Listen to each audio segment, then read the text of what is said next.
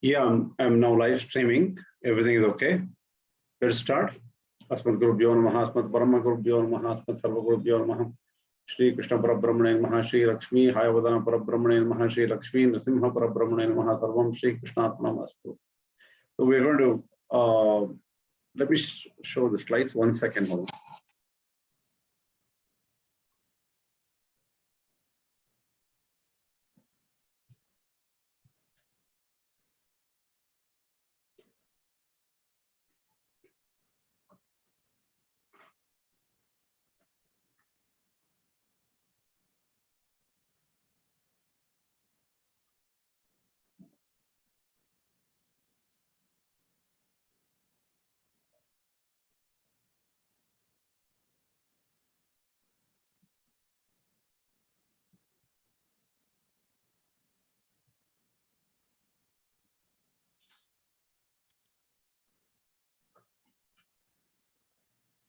So you can see my slides, the first slide. Yes. Okay, fine. Then we can go further.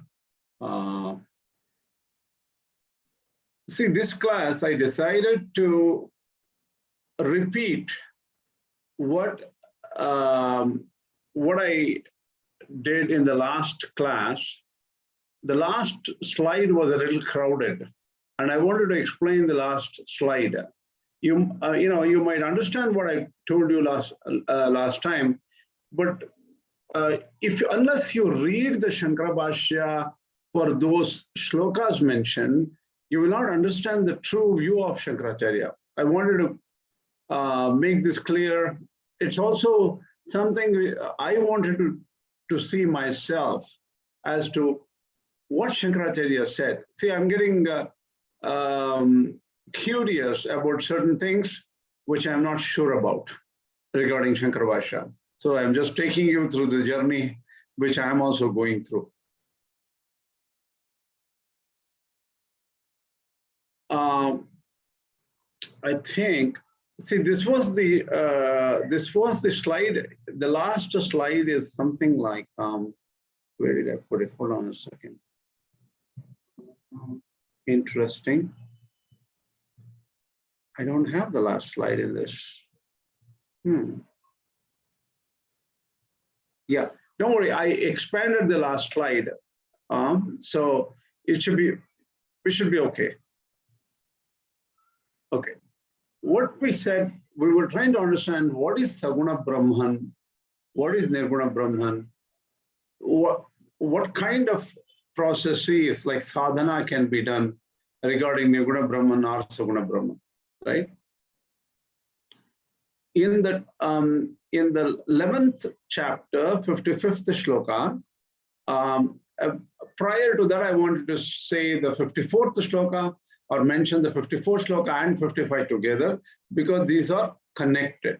Here, if you remember right, 11th shloka is, what is the context of 11th shloka? Anybody? I'm sorry, 11th chapter. What is 11th chapter and what is it about?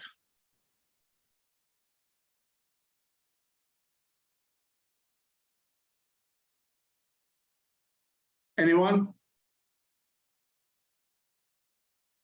It's about the cosmic form of the Vishwaroopa. Vishwaroopa Darshana. So the thing is, it's about Vishwaroopa. That means Lord Krishna showed the Vishwaroopa to Arjuna who was in front of him. And it was sort of, even though Arjuna needed divine eyes, divine chakshuhu, divyam chakshuhu, that was given to Arjuna, but still this was something very concrete, Saguna form of Krishna, right? Or Vishnu there, right? So here, the concept of Bhakti is explained here. That is why I wanted to bring that together. So the thing is, this Vishwaroopa form is very, very much concrete. It is not Nirguna. It is fully Saguna with all the auspicious qualities.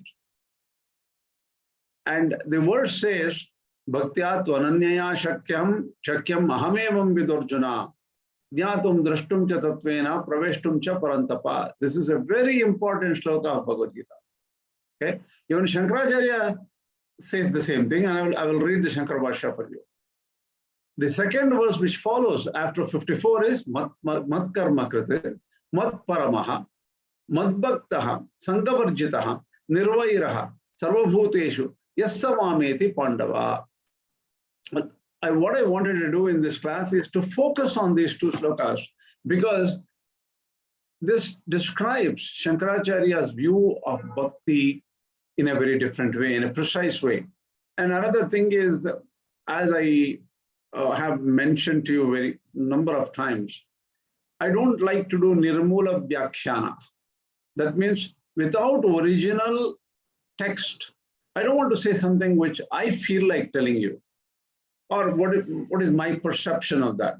I would like to refer back to the original shlokas and the original bhashyas, so that you can refer, you can go back, you can listen to this, go back and find out, oh, did he say it right here?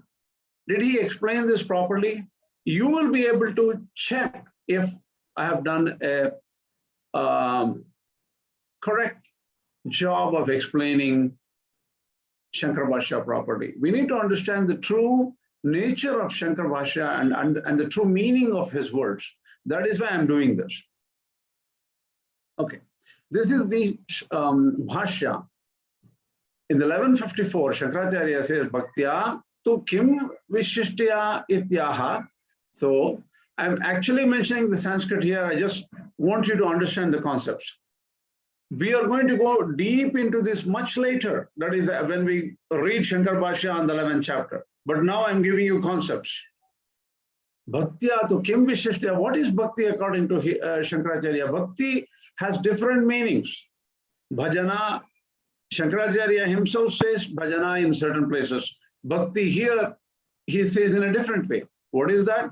Ananyaya, aprathak bhutaya. Ananya means that which is not different. Aprathak bhutaya, which is not separated from.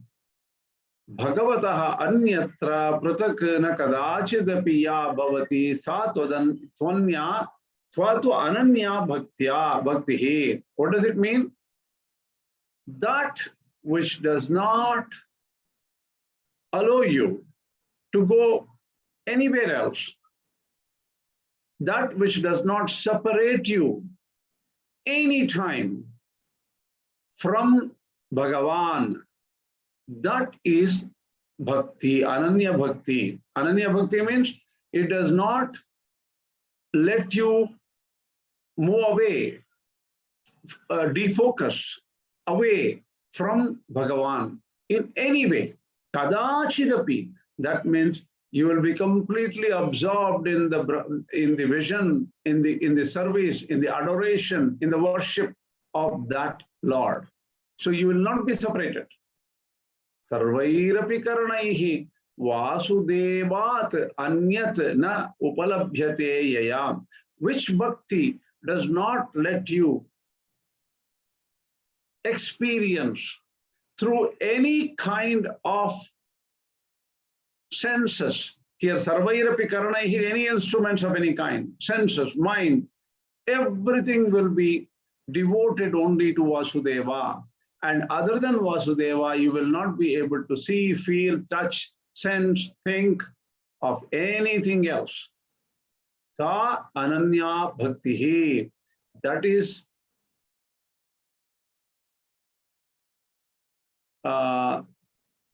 pure, unadulterated bhakti.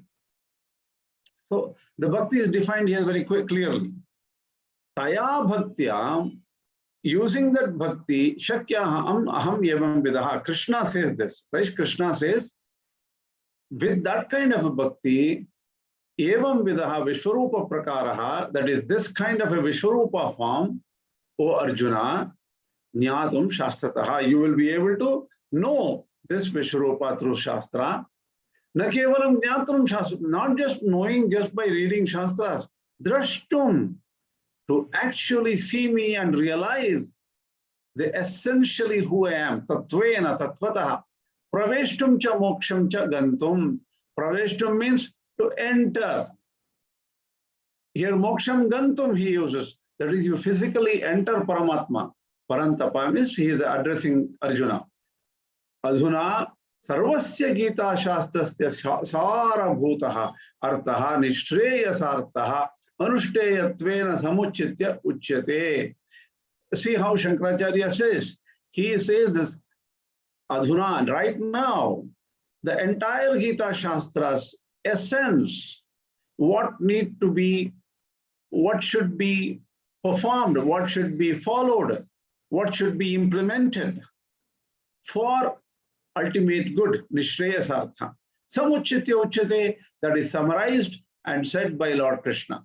So in this shloka, what did we understand? Bhakti is, this is the nature of bhakti, which does not let you take your mind away or senses or anything away, your attention away from Paramatma. Vasudeva. Here Vasudeva, bhakti is, with bhakti here, Vasudeva is concrete, Vishwaroopa, right? That is how you know this Vishwaroopa means it has form, it has beauty, it has auspiciousness, it is it's Saguna. Here Shankaracharya uses the term Vasudeva to indicate Saguna Brahman as well as Nirguna Brahman. This you need to understand. That is why Shankara Bhashya is not easy to understand unless you go deep.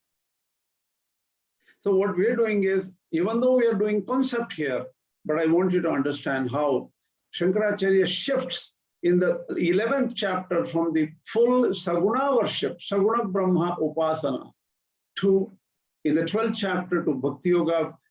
He converts that into a slightly different. Let's see what it is. Taya Bhaktya. So this bhakti is essential for one to realize Paramatma in his cosmic Vishwaroopa form. And that is the essence. And the essence of Bhagavad Gita is said in the next shloka, that is 1155. What is that? Mat karma krita. Oh, I did not paste the shloka. I had pasted the shloka here. Mat karma krit, mat paramaha, mat bhaktaha, sangavarjitaha, nirvairaha, sarvabhuteshu yasamameti pandava. That is explained in Shankara Bhashya in these words. Mat karma krita. Madhartam karma mat karma. That is, Krishna is saying, whatever actions are dedicated to me, that is mat karma. Tat karoti iti mat karma krite. That whoever does that, he is a mat karma krite. Mat paramaha karoti bhrityaha swami karma natu atmanaha.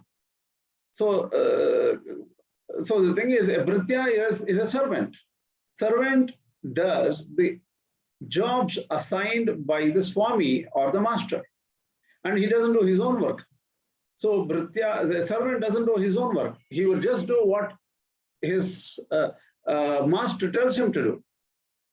Parama pretya gantavya gatiriti swaminam pratipadyate padipate ayam tu matkarma krita mameva paramam gatim pratipadyate. So the thing is, a servant usually does not think that the master is everything, right? Servant, a master says, go do your job. This is it. Your job for today is this. You do, and then you can go home. So what happens is, but the servant just does it because he is supposed to do. Probably he's paid for that. Otherwise, he knows that he will not get his income or something like that. So he does it. But in this particular shloka, matkarma krite, ayam to matkarma krite mameva paramam gatim pratipadyate. That means this person who worships and dedicates every work of him, all actions to that Paramatma, that is the Saguna Brahman, mameva paramam gatim pratipadyate, he will think that I am the only goal. So even what he needs to achieve, what he wants to, what he aims to achieve, what he is dedicated, he has dedicated his life to achieve, that itself is this Ishvara, Saguna Brahman. Iti mat paramaha, that is mat paramaha. Aham paramaha paragatihi yasya soyam mat paramaha. I am the final goal for this person, that is the devotee. And Lord Krishna says this. Tatha madbhaktaha Mameva sarva prakaraihi sarvatmana sarvotsahena bhajate iti madbhaktaha. Look at how madbhakta is slightly defined in a different way. Bhakti, or the devotee of mine, Lord Krishna says, knows that I am the final goal for him. And he, Mameva, look at the word Mameva, he will only focus on me only.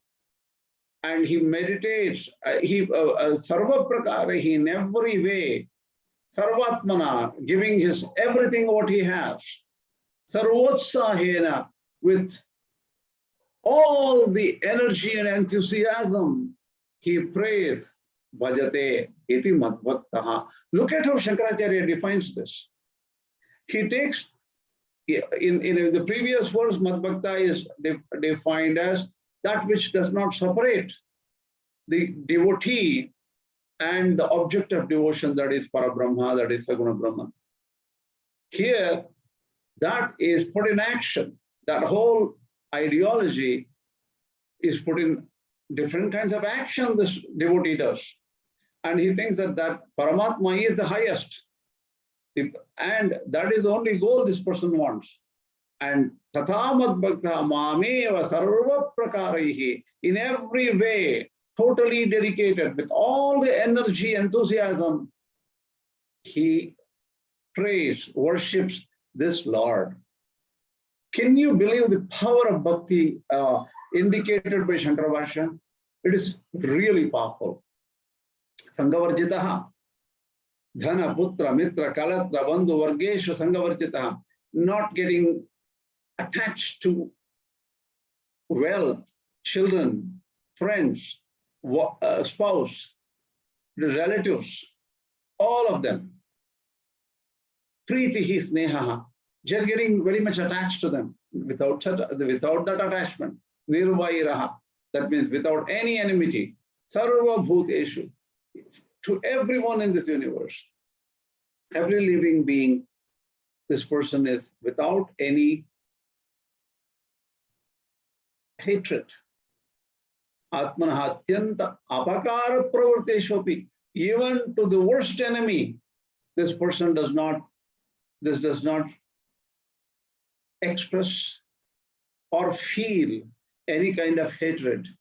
Idrishaha madbhaktaha, such a great devotee like this, that is madbhaktaha, Lord Krishna's devotee here. Samam eti, he will attain me. Ahameva tasya paragatihi, that means I am the goal for this person. Na anyagatihi, no other goal this person wishes. Kachit bhavati, ayam tava upadeshaha ishtaha maya upadishtaha he Pandava. This is what I have told you. Can you find any difference between Ramanuja.org and Shankaracharya here? Pretty much you can't. Now, look at the 12th chapter, things slightly change here. Arjuna asks a question, evam satatayuktaye bhaktaha tvam paryupasate, like how you have described, O Krishna, and who you have also shown me the divine Vishwaroopa form. And like how, on one end, these bhaktas worship you continuously in this personal cosmic form of yours, keeping this personal form as the object of devotion. Echapi aksharam objektam. Or on the other case, on the other hand, other people who meditate, focus on the Akshara, the imperishable, the unmanifest entity. Tesham ke yoga vittamaha. Between these two, who are better? Who is a better knower of yoga? Who knows yoga better? So this is the question raised by Arjuna. For this, Shankaracharya is very distinct, very interesting, and controversial. So what I'm going to do is leave the controversies to the reconciliation sessions, which will happen in the near future. When will it happen? After I finish the overview of Shankaracharya and I finish the overview of Madhva Bhashya, then we will take a few sessions on reconciliation. We will go much deeper into reconciliation. So in a sense, in the starting from lecture 78, now it is 102, right? It's already 24 lectures now. So these 24 lectures and maybe another 10, 15 lectures, we will be able to summarize the entire 3 Bhashyas, an overview and reconciliation between these 3 schools in the next, say, 15, 20 lectures. So if you look at it from 78 to maybe 120, 115, 120, you'll be able to completely understand the concepts behind these 3 Acharyas' views on the Bhagavad Gita. Do you think that will be useful? What do you think? Yes, sir. Yeah, undoubtedly. Okay. And probably I can tell you, it is hard to find this kind of a summary anywhere on the internet. As I searched for it, I could not get it myself. If you find somebody who has done it, I found some simple reconciliations, like one by, I even sent it out, one by Sarvapriyananda I found, and maybe one by the Dwaraka Puri Shankaracharya. He talks about Advaita, Dvaita and Vishtadvaita in a particular lecture in Hindi.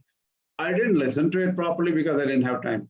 Nowadays, you know what happens, there's so much of subjects and so much of topics, so much of YouTube videos, and so many written materials out on the internet. It is so hard for any person to really read all of them. Okay, now this was just a small deviation. I wanted to tell you that how Shankaracharya changes the course of the meaning here in the 12th chapter, but we'll get back to this much later.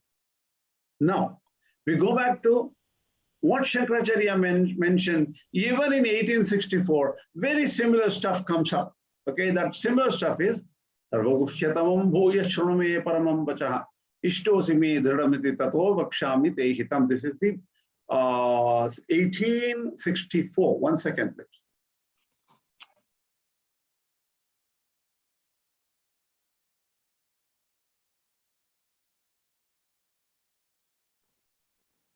What you need to notice here is, even in the 11th chapter, 54 shloka and 55 shloka, Shankaracharya mentions that this is the essence of the entire Gita Shastra.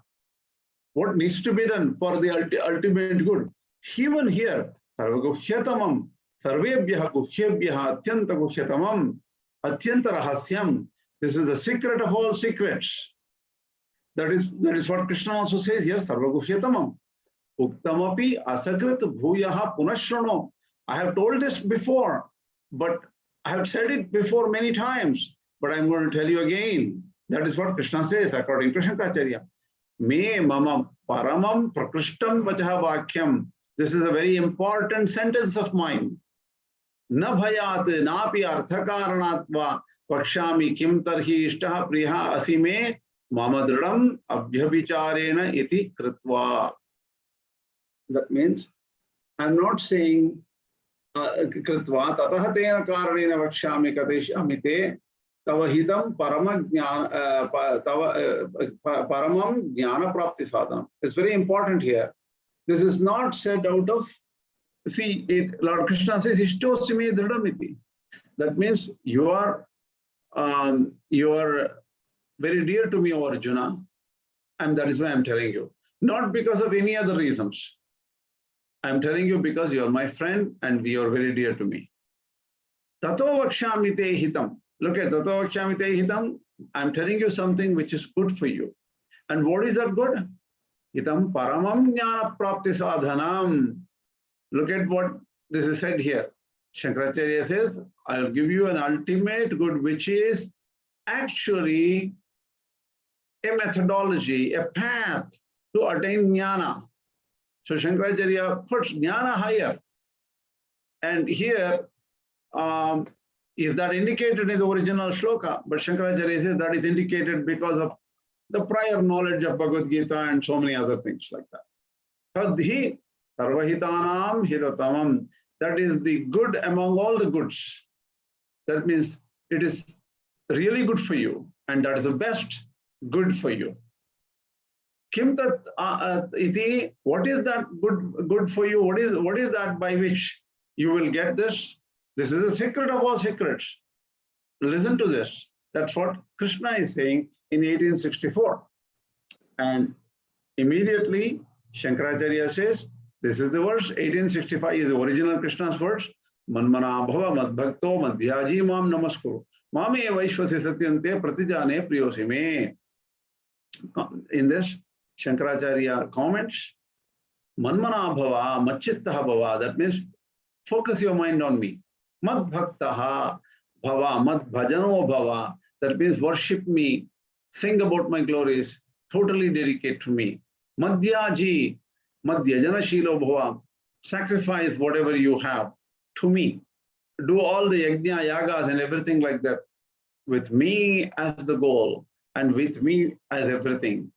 Mam namaskuru, prostrate before me. That means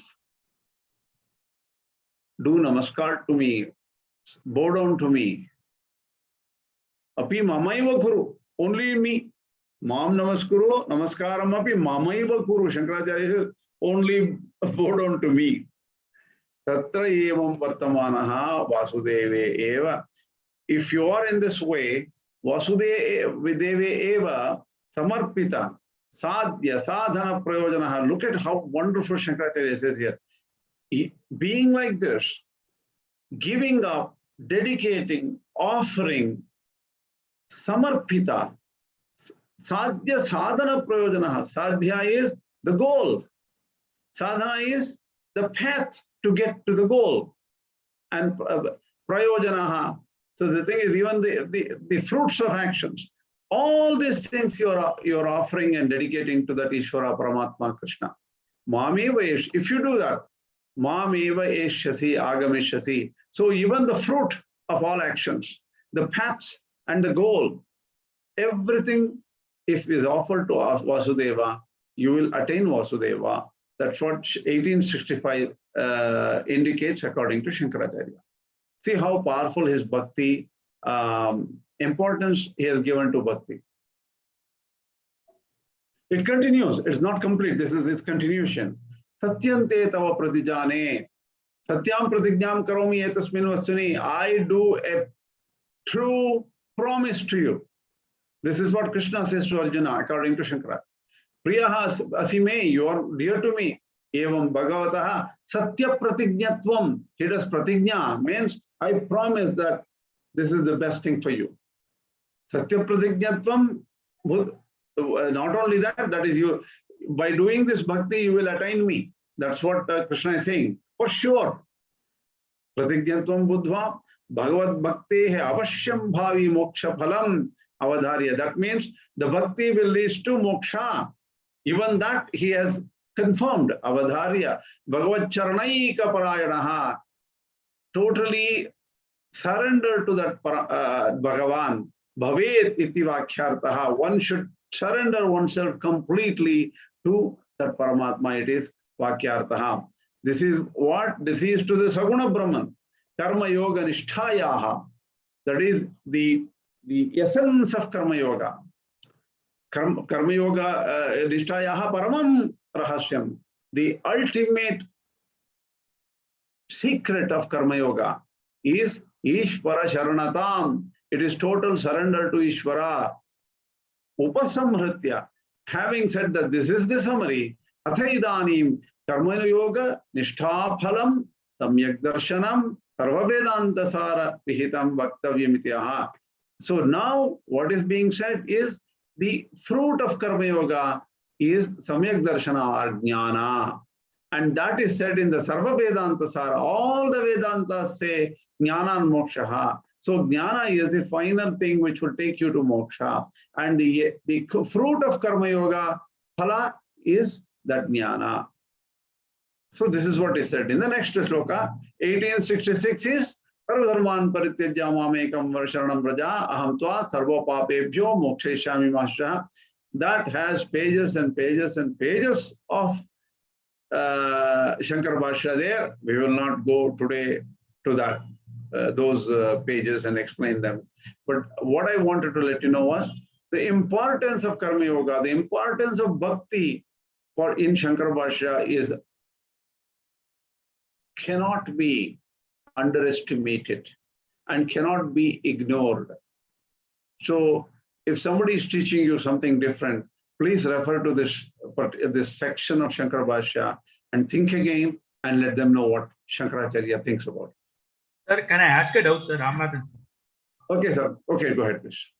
You said Karma Yoga Nishthafalam Sarma Darshana, it is correlating to Ramanuja.org also. There also Ramanuja.org is saying that Karma Yoga will lead to Jnana, no, sir? Yes, yes, that is So, true. I can say that both are accepting same point of view here, where Ramanuja.org in first 5th chapter is saying.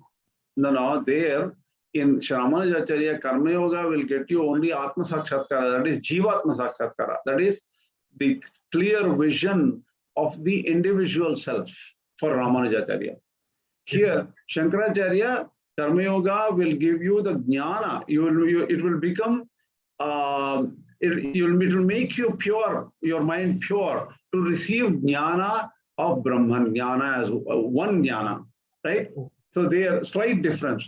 And for Ramanuja.org, once he gets Jivatma jnana, that person eventually has to do Bhakti Yoga to first of all realize who that Saguna Brahman Krishna is, and attaining that Saguna Brahman is the final for Ramanuja.org. So I think there's a small difference.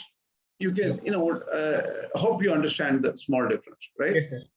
Another thing is both Acharyas are stressing more on Bhakti. Both Acharyas. They have, yes, both Acharyas focus heavily on Bhakti. There is no doubt about it. Okay. And only some of the followers of Shankaracharya, there are two or three different kinds of followers of Shankaracharya. Some are a little bit more Buddhist-oriented followers. They do not give much value to Bhakti. Yes. That's all. Shankaracharya is not like that. Shankaracharya, even though he places jnana as highest, in fact, in one lecture of Sarvapriyananda, I was a little surprised. In the lecture which the link I placed it on the Gita lecture Telegrams channel, right? In there's one sentence. He says that at the end, Shankaracharya says, all this bhakti, karma, and all will give you nothing. There is no value. It's only realization through nididhyasana, which is thought, that knowledge that you are Brahman and everything else is illusory. Something to this kind of a meaning. He says that all those bhakti, karma, and all are useless. This kind of a view, Sarvapriyananda mentions in that particular thing. I hope he did not intend what I mentioned here. I hope he did not feel like that, because that is not representative of Shankara Bhashya. Because Shankara Bhashya clearly gives the value to Karma Yoga and Bhakti, which will make you ready to receive Jnana, and through Jnana Moksha, right? And that is correct. And Sadhya Moksha, which we talked about in 630, Shankaracharya says, the true Moksha is Sadhya Moksha. That means, so right here, if I realize that there is, everything is illusory, and only I exist, and that is Brahma, Aham Brahmasmi. That is the true moksha according to Shankaracharya. That is true. And this particular, what comes out of Karma Yoga and this one, this also has to be moksha. But this is, it is not considered lower level, because I cannot see any sentence of Shankaracharya which devalues this. And he cannot say Sarva, Sarva Karma Yoga Sara, or the Gita Shastra Sara. He doesn't even say Karma Yoga Sara. Look at the words here, right?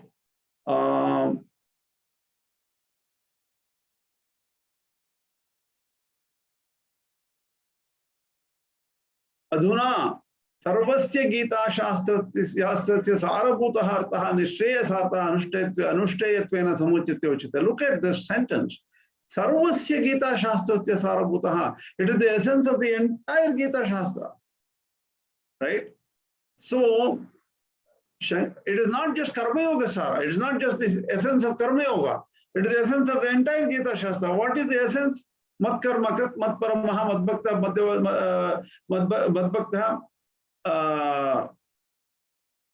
Sangavarjitaha, Nirvaira Sarvabhuteshu Yasamameti Pandava. This is the next verse, 1155. So, if this is the amount of stress Shankaracharya has given to Bhakti, making Bhakti as devalued or useless, it is a little bit definitely off. I would sit down and challenge anybody who would say something like that Bhakti karma is useless according to Shankaracharya. Let them come, let them read this. Yes, Swami Adiyan Jayaraman here. This is the conflict. There is no consistency in. At least this is what I understood. There is no consistency in. If you look at other works of Shankara, it takes you to a different level. Like Vivek Chudamani, if you just, as you quoted Sarvapriyananda, almost all other Advaiti scholars, they take you to a different level. That is because, this is what I think, it's because there is no consistency. If you take Shankara Bhashya, like where according to Gita, he gives prominence here. Next, if you take other works, it takes you to another level of something else. If you take another work, it gives you another kind of upasana. It keeps on going. That's what I think. That's why there is a lot of variations in Advaita and lot of people giving their own, interpretation or whatever you want to call. If you, I agree with you. Here, Shankara's Gita Bhashya, gives prominence to Bhakti. But if you go to other works, it will take you to a different diversion. That's what I think. See, the thing is, Jairamji, I don't know whether we have talked other than a few discussions here and there during the class. We have not separately talked to each other. We should, talk to each other separately other than this lecture also. But I can tell you one thing. Shankaracharya is very clear about his. In any Bhashya you take, whether it is Ishavasya Upanishad Bhashya, and things like that, he separates the aspirants to two groups. Adhikari Bhedena Vyakyasyamaha. What he says, based on the eligibility criteria of people, we give you information. So the karma bhakti is for the lower level people, and jnana is for the higher level people. And the Shankaracharya is very clear about it. So wherever the things like Muktaya Vasaha, that means I'm already released. There is no bandha, there is no moksha, there is no bandha. Shivoham, Name bandha moksha. All these things are said. There is no bondage, there is no moksha, there is nothing. Everything is Brahman. This kind of thing is okay for the higher level jnana aspirants.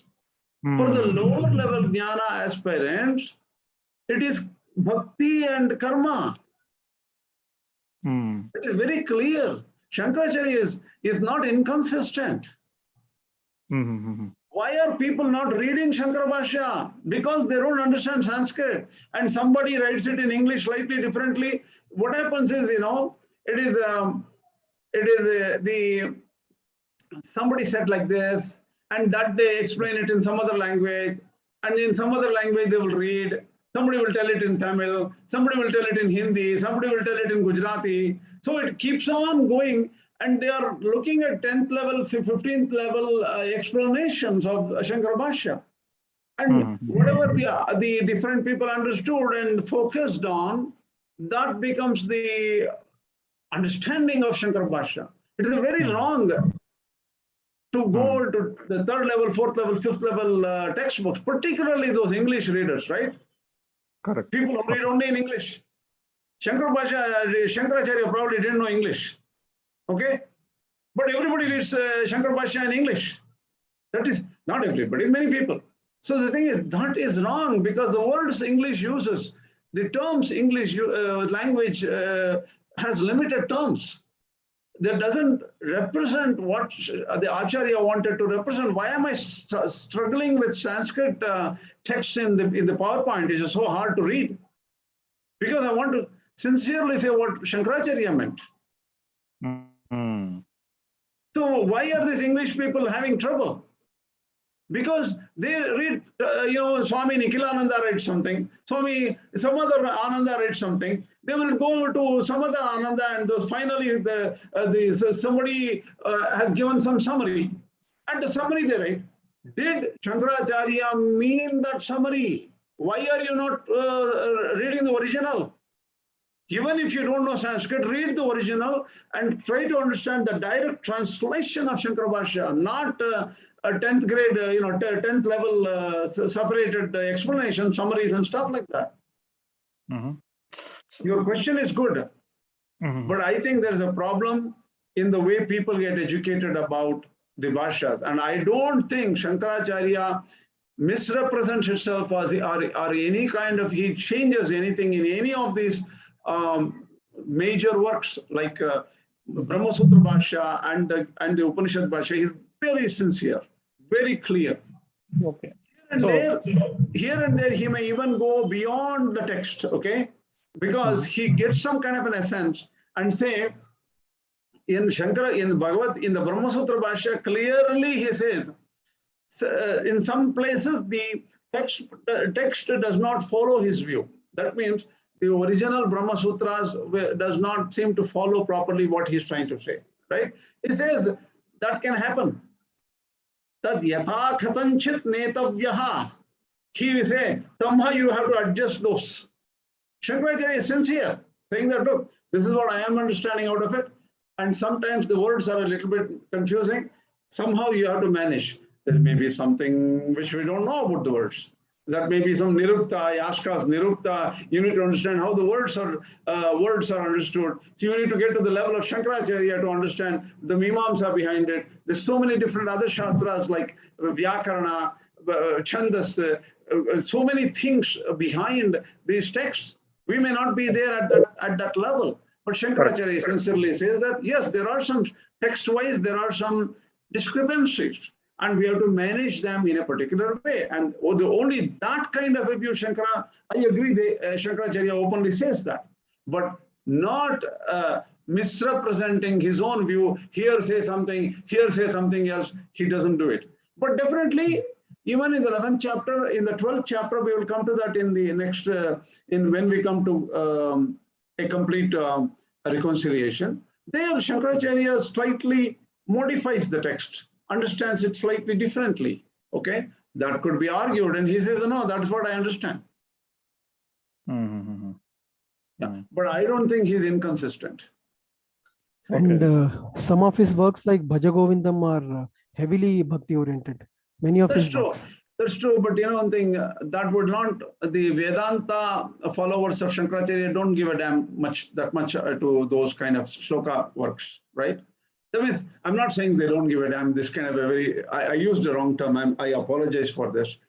The Vedantis may not respect that Bhajagovindam to be an ultimate thing. That is more for the common man, the common person, the common aspirant, right? The low-level aspirants. They may push it away. See, you have to understand that the Vedantis will talk to you only when you talk about three, particularly Advaitis I'm talking about. Advaitis will respect you if you talk about Upanishad Bhashya, or Brahma Sutra Bhashya, or Bhagavad Gita Bhashya, right? And they give maximum prominence to Upanishad Bhashya of Shankara, little bit less prominence to Sutra Bhashya, and little bit less prominence to Gita Bhashya. The reason is, they say the Gita Bhashya and the Brahma Sutras come under the category of Smritis, and Shruti is the naturally revealed, ever-existent Veda, which is Vedanta is Upanishads, the essence of the Vedas and the end of the Vedas. Those Upanishads are the highest authority for Advaitis in a way. And then these two are separate prasthanas, smriti prasthanas, which have a little bit lower value for Advaitins. The Vishishta Advaitins take these three to have the same value. That is, Smriti, Shruti, Prasthanas have same value.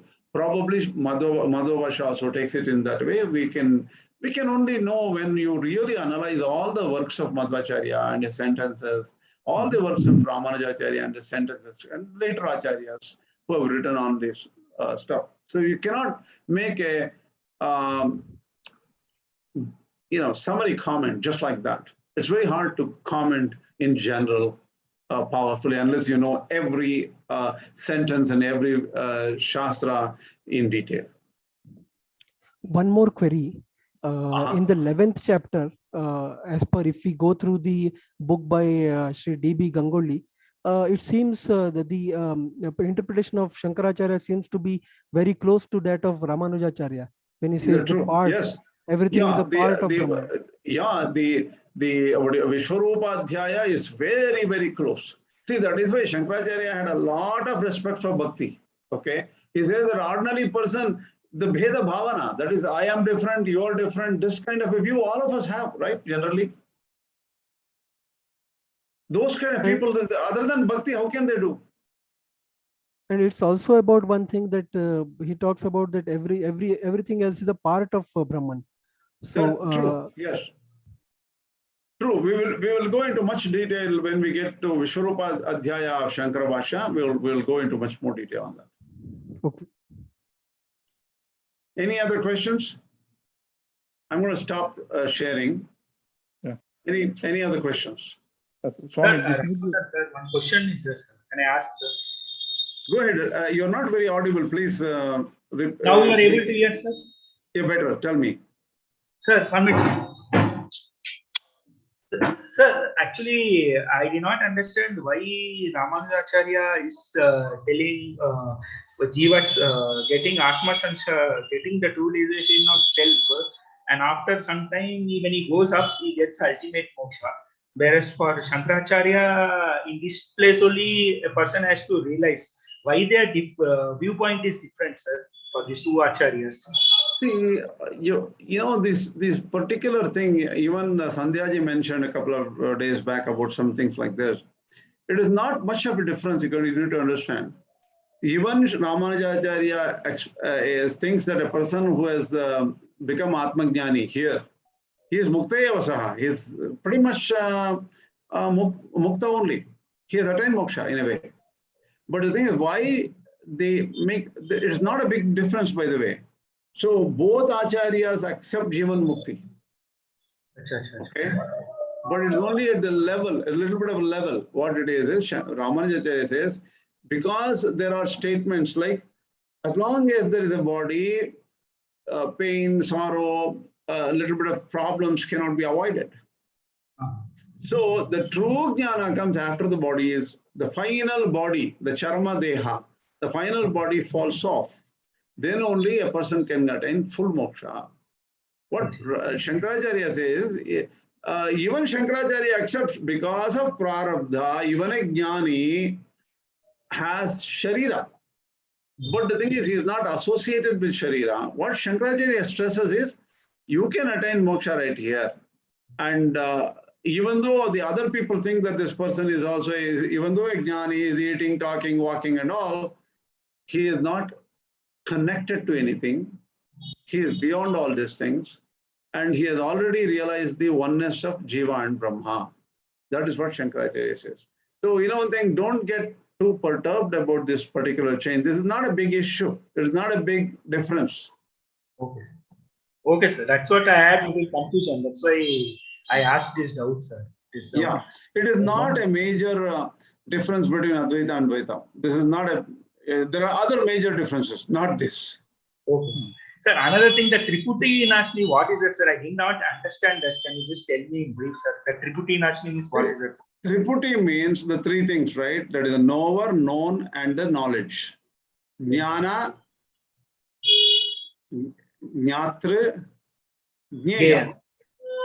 So these three are always separate in a state of ajnana, according to Shankaracharya. That means in the state of Ajnana, there is somebody who is a knower, who can feel, touch, experience, the experiencer. And there is an experience, which is the objects of experience, something to be experienced, and the knowledge through which this person experiences. There are three things, right? As long as these three exist, then this whole state is lower state, it is relative state, it is inside the Maya. So Triputi Laya has to occur. That means the knower, known, and the knowledge should all fuse. What does fuse mean? For Shankaracharya, what it is the knower, known, and the knowledge exists only in the samsara. So if the true jnana comes, this Triputi or this known knowledge and the knower will all dissolve away. Like how the forest fire burns one by one all the trees and the entire forest is burnt. When there is nothing else to burn, the fire calms itself and extinguishes itself. Right? Yes. Like that, jnana can extinguish the entire knower, known, knowledge, and all these processes which are relative, where multiplicity, variety exists. All these things will be dissolved by the ever-existent jnana. Yes. Then there's only Brahman which exists, nothing else. Then it is Triputi Laya. That means Triputi has gone. Okay, sir. Thank you, sir. I had one query from last lecture regarding the it's about grace. So in case of this, Shankaracharya's viewpoint is very much closer to both Madhvacharya and Ramanujacharya with respect to Brahma Prasada or grace, where he says that grace is required for the final. Very good point. Very good point. See, so for Saguna, grace is required by Saguna Brahman for all the people who are in the lower level. Okay, without grace, nothing happens. Even to make your mind calm and stay in one particular place, you need to focus on Krishna. Yukta Asita Mat Paraha in the second chapter. Clearly, the Sthita Prajna area, it is said, right? So, Bhagavad Bhakti and the grace of Mat Prasadat, right? This grace is very important. Shankaracharya here and there mentions grace. But obviously, Ramanuja.org mentions grace to be more powerful, more important. And I'm sure Ishvara Prasada, Hari Prasada is very important to Madhvacharya. Shankaracharya does not ignore grace. So this is the misunderstanding of this two-level reality of Shankaracharya and his focus on Nirguna Brahman and Saguna Brahman. That has caused some issues. And this is exactly what we're going to talk about in the Samanvaya, or I don't want to call it Samanvaya, let's say, in the closeness between Shankara, Ramanuja and Madhva Matas. The closeness, Sauharda, or the friendship between these three views. We will talk about it. So I'll try to avoid the word Samanvaya because some people are misunderstanding it. Thank Swami, you. one more question. Grace, if you study even in karma, jnana, and bhakti, also grace is, all the two acharyas are giving very equal importance, sir. All the three acharyas give the same importance to because somewhat similar importance to grace. Yes. Yes, sir. One way or other, they are giving very importance to grace, because without grace, you cannot do anything. Clearly, it is when they are telling. True. Grace is very important. Even when you want to start realize yourself, you must require his grace. After realizing, when you want to start bhakti, also you require his grace to go further. They say, sir. Yeah, and definitely true. Swami, I just wanted to, previous two questions, like, the Jivanmukti state and Madhva Sampradaya, usually they talk about aparoksha jnana. So is it the same as the Jivanmukti state, where when a Jivatma gets aparoksha jnana, that means he has Bhagavat Sakshatkara, and only then he is eligible for moksha. So is that the same as the Jivanmukta state? See, the Aparoksha Jnana state, as explained by Madhvacharya, is a little bit, what do you call, involved. It's a much longer answer to your question. See, Aparoksha Jnana is direct Jnana, that is without any textbook knowledge or without any, indirect knowledge, like inference or something like that. It is direct. So, but Aparoksha Jnana cannot, it's not like seeing a tree in front of me, right? Because that is direct Pratyaksha Jnana, which is through our senses. But Aparoksha is direct perception of Hari. Aparoksha Jnana means Bimba Darshana. They say the Bimba is, again, the concept of Bimba is very complex in Madhva philosophy, right? So Bimba is something which is inside every living being has a Bimba of Hari. Hari's Bimba is there. That should be directly realized. Aparoksha means without any external medium, directly realized. And that realization is actually seeing, experiencing kind of realization. Bimba Darshana, like how Prahlada or Dhruva experienced Narayana in the forest when they were doing meditation. Right? So the thing is, that is the same as Jivanmukti. These two concepts are a little bit related, but not necessarily the same. Where does the Jivanmukti phase start? Where does it end? Where does the Bhakti start? This is all very complex, and you need to start looking at deeper aspects of Madhva. We cannot compare it at this point. We have to clarify a lot of fundamental terms first. What is Bimba? What is Jivanmukti according to Madhva? Where Madhva? See, the very word Bhakti was given different meanings by Shankaracharya in 2-3 different places. But in English, you can say Bhakti is devotion. What does it mean? In what context? So we have to go through context of every chapters, every shloka's explanation of Madhvacharya and get an sense concept in our minds. Correct. This is what I don't know. At least I am confused. Say people say smarane, right? You do smarane, you see Bhagavad Chintane. What is Bhagavad Chintane according to us? Like, is you might have seen a picture of Krishna. So this is, again, I'm coming back to, I just don't want to deviate here, but I'm just saying a lot of, ISKCON folks, who I know close, they are close with, they go to hospice, at the end of their life, they show the picture of, at least, they make them chant, which is perfectly good. They give Tulsi and they do a lot of things. And they show the picture of Krishna, Radha Krishna. Is that the smarane of the Lord? Or no, think from a different perspective. See, with what you call Archa Murti, whether it is a picture or whether it is a, just give me a second.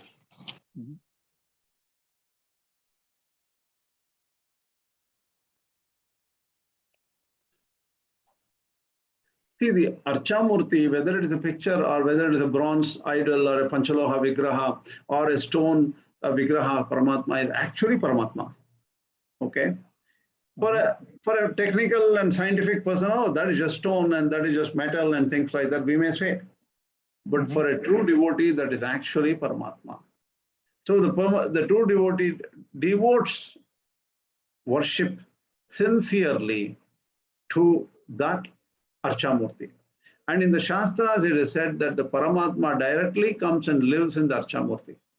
So the Archamurti is capable of having all the Shakti of Paramatma. So the Archamurti itself can communicate with the devotee. And this has happened to several people. Not ordinary people may not have that kind of experience. But there are several people who have divine experience in Archamurtis. So what ISKCON is doing or something like that regarding Archamurti worship and making it very, very prominent is very laudable, because for an ordinary person who is very sincere in the bhakti, that Archamurti can give very high level of spiritual progress and directly communicate. That is how even the Alvars, they spent a lot of their time praising and communicating with Archamurtis.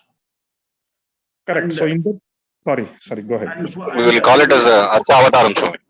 Archavataram, in Archavataram, right? And Archavataram for Nammalvar and all is absolutely important. You're not audible. You're not audible. Yes. Hey, please Especially, my hello. microphone is okay. Can you hear me? Okay, now better. Especially Tirumangai Alvar is more concentrating on Archavatarams. Correct. Yes. Correct. Exactly. So the thing is, what is available here, Archamurti is so wonderful. Why would I go to some hiding Antaryami somewhere who is hidden somewhere or something like that? So these Tirumangai Alvar and everybody have told so many things about Archamurti. See, the thing is, one thing though, initially people may think that Archamurti worship is just, oh, they're throwing water onto stones. Many people say, oh, they bring a lot of water and throw it on stones and they call it worship. That is only for the external person. For this person, it is absolutely important. He is engrossed in the worship and he is thinking about this Paramatma constantly, and he's supposed to be. But even if unknowingly a person starts daily puja, worship, slowly that the power of that Archavatara can infuse bhakti in this person. So initially it may say, oh, my parents are shouting, I have to do this daily duty of Aradhana worship in the morning. And they shout at their parents, oh, why are my parents forcing me? They are blackmailing me to do all these things. I have no interest. Even if the person does it without interest, that Paramatma is not sitting quiet. He is so happy. He will start communicating with this Bhakta and infuse Bhakti in a later way, in a later time. So Archamurti Archavatara worship cannot be devalued at any time. Correct. Adiyan asked, different people have different capabilities, and some people are not Archa oriented. Some people are Dhyana oriented because of people's capabilities are different and their style and taste is different. No, Adiyan asked, is it the same as, like, is it in Antakale, like, even Madhvacharya says, Santatam Chintayentam.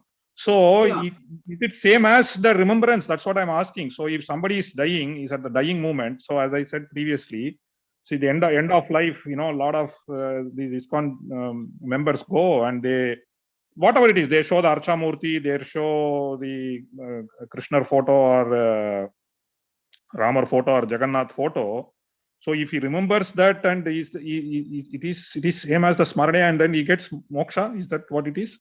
See, the thing is, let us take this question later. It's much more complex. It will take hours to explain. You need to get a lot of concepts cleared up here, right? Yeah. Because is his photo same as God? Photo is same. Krishna's photo, is it same as Krishna? Right? That's okay in worship, and it will slowly develop that way.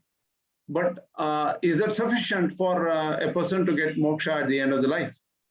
See, these are very complex questions, and they're not simple answers. We need to go very, very deep, and then we'll get to that later. Remember this question. Keep on thinking about it. Eventually, we'll come and try to answer this question much later. Okay, Swami. Yeah. This is Prashant. One thing about Nirguna Upasana, I was trying to read some of the books on Nirguna Upasana, but even those books, that doesn't, like, those do not seem to actually advocate anything Nirguna. Everything becomes Saguna. And even one of the, like in Datta Sampradaya in Ganagapura in North Karnataka, there is a temple of Datta where the Padukas are kept. And that is the Nirguna Paduka. I had just asked them what exactly it means, because it is neither formless nor attributeless. but nobody was able to clearly make a comment on that. See, this word Nirguna is misused because Nirguna Upasana, if I look at a flame or something, that becomes Nirguna Upasana? No. That is again Saguna. Exactly. Even if you don't have any kind of a archa form in front of you, no deity, no nothing, not even a flame, nothing. And this person is thinking about, if he gets an image in the mind, that becomes Saguna.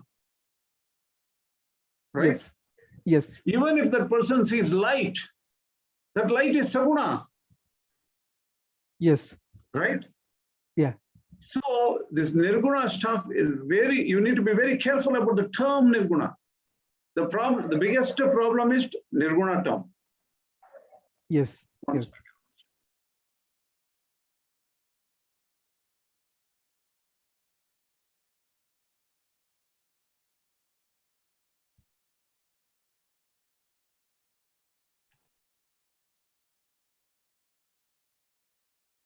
Yeah. So why don't we stop here and we'll continue later? Okay. I was not able to do Jnana, Shankaracharya's view of Jnana, but I wanted to clarify Bhakti in ultimate, in a much higher level of clarity on what Bhakti is according to Shankaracharya in this class. Hope you have got some concept about it now. Okay. Thank you. Send me feedback if you have any questions, you can write on the channel. Okay. Asmat Gurupyo Namaha, Asmat Parama Gurupyo Namaha, Asmat Sarva Gurupyo Namaha, Shri Krishna Parabrahmane Namaha, Shri Lakshmi Narasimha Parabrahmane Namaha, Shri Lakshmi Ayavadana Parabrahmane Namaha, Sarvam Shri Krishna. Thank you, sir.